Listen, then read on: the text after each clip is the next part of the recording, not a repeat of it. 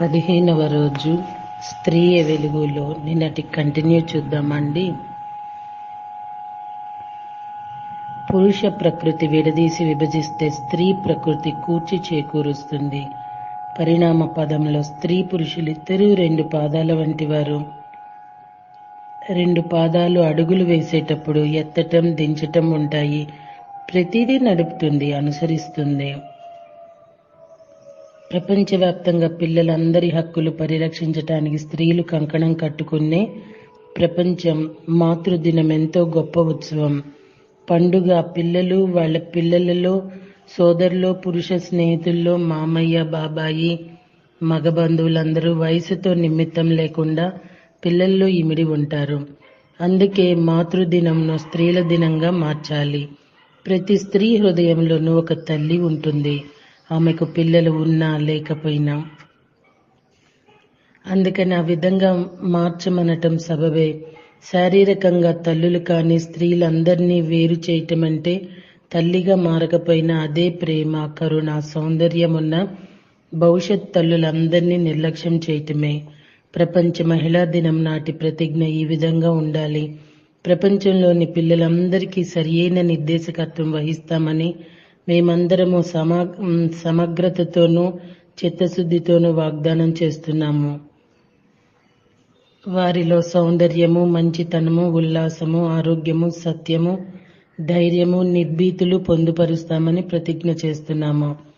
స్త్రీలు ఈ ప్రతిజ్ఞ నిలుపుకోవటం ఎప్పుడు ప్రారంభిస్తారు? వాళ్ళు తమ సొంత తల్లుల దగ్గర ఉన్నప్పుడు. పెళ్లి జరిగి గర్భవతి అయ్యే వరకు వారు తమకు తామే ఈ విషయాలన్నీ నేర్చుకోవాలి. కావాలనుకున్న వాళ్ళు గర్భంలో ఉన్నప్పటి నుండి బిడ్డకు శిక్షణ ఇవ్వటం ప్రారంభించాలి. పిల్లలు వద్దు అనుకున్న వాళ్ళు కూడా ప్రపంచంలో ఉన్న పిల్లలందరి కోసము వీటిని నేర్చుకోవాలి. ఈ విద్య పొట్టలోనే మొదలవుతుంది. తల్లి ఈ క్రింది పద్ధతిని అనుసరించవచ్చు.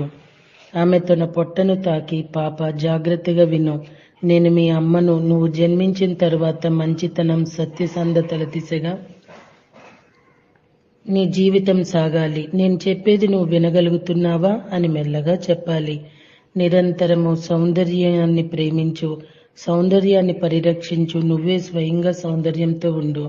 చక్కగా విను తల్లి, నువ్వు పుట్టినప్పుడు చాలా అందంగా ఉండాలని అనుకుంటున్నాను.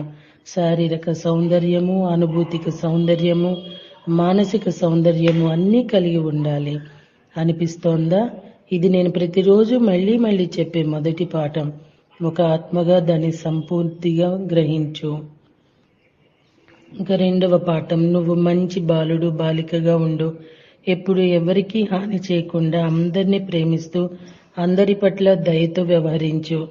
ధైర్యంగా, నిర్భీతితో వ్యవహరించు. తమ స్వీయ ఆసక్తులు, ఆనందాల కోసం ఎదుటివారిని నిన్ను వాడుకోనివ్వద్దు. నీ స్నేహితుల మానవ జాతి హక్కులకు భంగం వాటిల్లితే సింహంలో వాటిని ఎదిరించు. నీవు జన్మించే వరకు నా స్తన్యం తాగుతున్నంతసేపు పాడే 2వ పాట ఇది. జీవితంలో ఏం సంభవించినా నీ ఆనందాన్ని కోల్పోకు. ఎప్పుడు ఆనందంగా జీవిస్తూ ఆనందాన్ని వ్యాపింపచే. వినిపిస్తోందా? ఆనందాన్ని పంచు. ఇది నీ 3వ పాఠం. ఇప్పుడు ఈ 4వ పాఠాన్ని విను. నువ్వు ఆరోగ్యంగా పుట్టబోతున్నావు. నీ వృద్ధాప్యంలో కూడా ఆరోగ్యంగానే ఉంటావు. నీకు చిన్న జలుబు కూడా రాదు. క్యాన్సర్ ఎన్నటికీ రానే రాదు. నీ జీవితంలోకి సౌందర్యాన్ని, ఆశీర్వాదాన్ని తెచ్చేటట్లుగా నేను సంసిద్ధం చేస్తున్నాను. అనారోగ్యాన్ని ఒప్పుకోకు. మాస్టర్స్, ఇవి ఎఫర్మేషన్స్ అని కూడా అనొచ్చు కదా మనం. టార్కమ్ సరే డారియన్ గారే కర్మ అనే పుస్తకం రచించారు. నిజం చెప్పాలంటే అండి, నీకు ఇది రాకూడదు, నీకు జలుబు రాకూడదు, ఇవన్నీ ఎంతవరకు కరెక్ట్? ఇవి నీకు క్యాన్సర్ రాకూడదు చెప్పాలి అంటే మరి సేతు చెప్తున్నట్లుగా టార్కమ్ గారే చెప్తున్నారు ఎన్నో బుక్స్లో. ఇలా చెప్పటం అనేది చెప్పే విధానం అంటే టార్కమ్ గారి కన్నా మీకేం తెలుసు అని మీరు అనొచ్చు. బట్ జీవిత అనుభవంకి మించిన గొప్ప వాళ్ళు ఇంకెవ్వరూ లేరండి.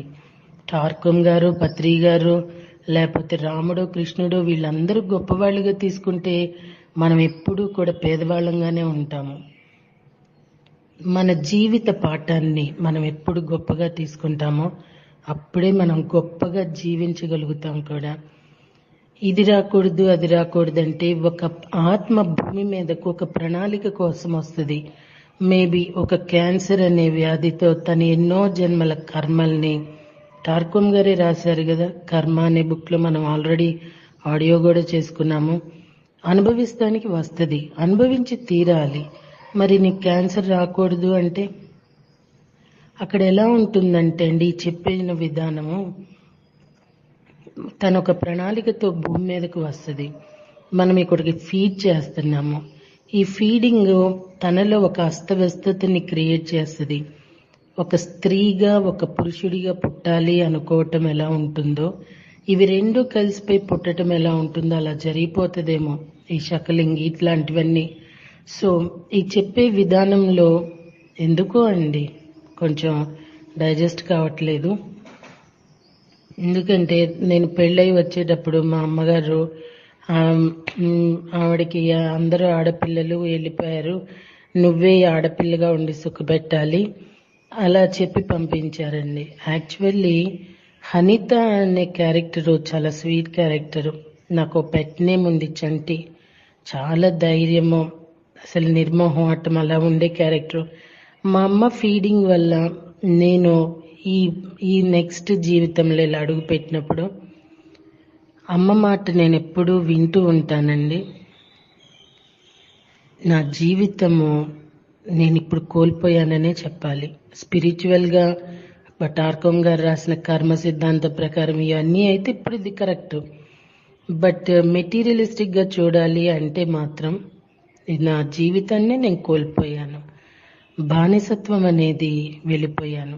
అయినా మంచితనం ఎవరికీ పనికిరాల. నా మంచిని నా ప్రేమని వాళ్ళు విషపూరితంగానే తీసుకున్నారు.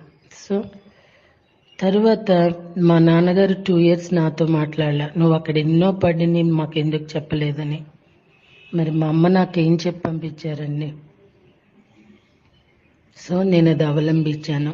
కాబట్టి నేను ఇక్కడ పడిన బాధలు నా వాళ్ళతో చెప్తే వాళ్ళు బాధపడతారు అని వాళ్ళకి నేను చెప్పాల్సిన టైం వచ్చినప్పుడు కూడా నేను చెప్పలేదు మాస్టర్స్. అనవసరం, జరిగిపోయింది పడటం అని. నేను ఈ శ్రీరంగ నీతులు చెప్పకుండా ఉండాలండి.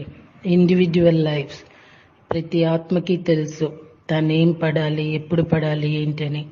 మీకు ఎప్పుడు నేను నాకు ఒక బ్యూటిఫుల్ ఫ్రెండ్ ఉందని చెప్తాను కదా, తను నిన్న మాట్లాడింది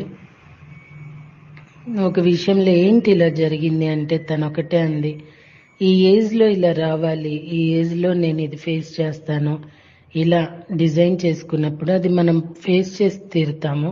దానిలో ఏముంది, దాని గురించి బాధపడాల్సిందే ఉంది. జరిగిపోయింది కదా, ఇక జరిగిపోయిన దాని గురించి మనం ఆలోచించకూడదు అంది.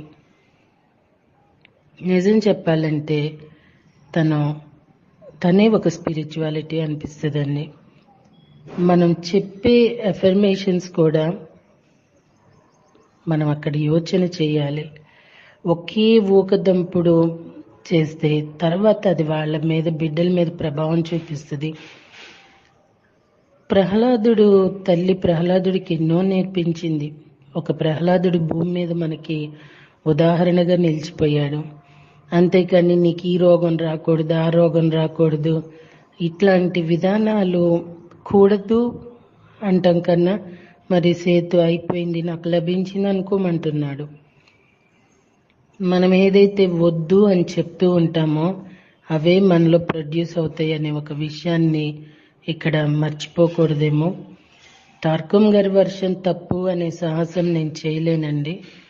ఎవరు వేలో వాళ్ళు చెప్పుకుంటూ వెళ్తారు. బట్ నా అనుభవపూర్వకంగా చెప్పాలంటే ఈ వే ఆఫ్ మాత్రం ఎవరి జీవితానుసారంలో వాళ్ళకి అది కరెక్టో కాదో బేరీజ్ వేసుకొని పాటించాలి. ఇప్పుడు చెప్పాలంటేనండి, ఇప్పుడు వస్తున్న జనరేషన్ని చూస్తుంటే హెల్త్లు ఉండలేదు. వీళ్ళు కేవలం డబ్బు కోసమే పరిగెడుతున్నారు. మేబీ కోరుకుంటే ఆయుష్ ఆరోగ్యం ఉన్న బిడ్డలుని ఆహ్వానించాలి. నాకు చెప్పాలంటే అండి, గంట వాళ్ళల్లో మగపిల్లలు ఎప్పుడు షైన్ అవ్వరండి. వాళ్ళతో భార్యలందరూ అవస్థలు పడటమే. అది మా అత్తగారు చెప్పినప్పుడు నేను ఆడపిల్లే కావాలని కోరుకున్నాను. ఎందుకంటే నేను చూస్తున్నాను కూడా ఇక్కడ ఉన్న మగపిల్లలు వాళ్ళ సమర్థత, ఆస్తులున్నా కూడా అవి ఎట్లాగా చేసుకోవాలి ఏమీ తెలియకుండా ఒక డమ్మీల్లాగా ఉంటే మీరు చూసినాక నాకు ఆడపిల్లే కావాలని కోరుకున్నాను. అలానే ఒక ఆడపిల్ల డైనమిక్గా పుట్టింది. నిజంగా చెప్పాలి అంటే గంట అనే ఒక వంశం అనేది గర్వించే విధంగా నా కూతురు ఉంటుందండి. నేను కేవలం కోరుకున్న ఆడపిల్లనంతే. నేనేం ఫీడ్ చేయలేదు, ఏం చేయలేదు. తనే ఇప్పుడు చెప్తూ ఉంటుంది, చాలా పిరికిగా ఉండేది, అలాంటిది ఇప్పుడు ఎంతో ధైర్యంగా ఒక సవాల్లాగా ప్రతిదీ ఎదుర్కొని తను విక్టరీలు సాధిస్తూ ఉంటుంది. హౌ ఇట్ పాసిబుల్ అంటే తను ఒక్కటే చెప్తూ ఉంటుంది, అమ్మ నేను ఇక్కడ కుటుంబాన్ని చూస్తున్నాను, పరిస్థితుల్ని చూస్తున్నాను, నాకు నేను మార్చుకున్నాను అని. సో అండి, న్యాచురల్గానే ఏదైనా జరుగుతుంది. మనకి తెలిసి తెలియని ఫీడింగ్లు కనుక ఫీడ్ చేస్తే అవి వాళ్ళని చెప్పాను కదా, ఒక స్వచ్ఛమైన అబ్బాయిగానో అమ్మాయిగానో పుట్టాల్సింది. రెండూ కలిసి ఆ గజిబిజిలో వచ్చినా ఆశ్చర్యం లేదు. ఎప్పుడు పీస్ ఆఫ్ మైండ్ తోటే ఉండాలి. అప్పుడు మెడిటేషన్, మ్యూజిక్, మంచి కథలు వింటూ అట్లా ఒక ప్రహ్లాదుడికి తన తల్లి ఎలా ఫీడ్ చేసిందో, వివేకానందుడికి భోజనం పెడుతూ, అలానే ఆమె ఏ పని చేసినా పురాణాలు, ఇతిహాసాలు, ధైర్య సాహసాల గురించి చెప్పారు అంతే. నువ్వు ఇలా ఉండు అని ఎవ్వరూ చెప్పలా. ఇలా ఉండు అని చెప్పటము మరొక అనర్థానికి దారితీస్తుందేమో. మీరు అనుకోవచ్చు మీ జీవితం ఇది అని. సో మన జీవితానికే మనం అన్వయించుకోవాలి కదా. I'm right masters? నీ అంతరాత్మకు, దైవానికి, మానవ జాతి సంక్షేమానికి, ఔన్నిత్యానికి కట్టుబడి ఉండు. ఇది 5వ పాఠం. వాటి పట్ల సత్యసంధతతో, నిబద్ధతతో వ్యవహరించు.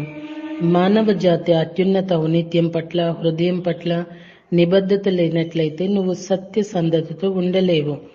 వంచన మిగిలే ఉంటుంది. నువ్వు నీ పాఠాలను నేర్చుకుని అనుసరిస్తే దైవం నీతోనే ఉంటుంది. మళ్ళీ రేపటి రోజున కలుద్దామా? Thank you.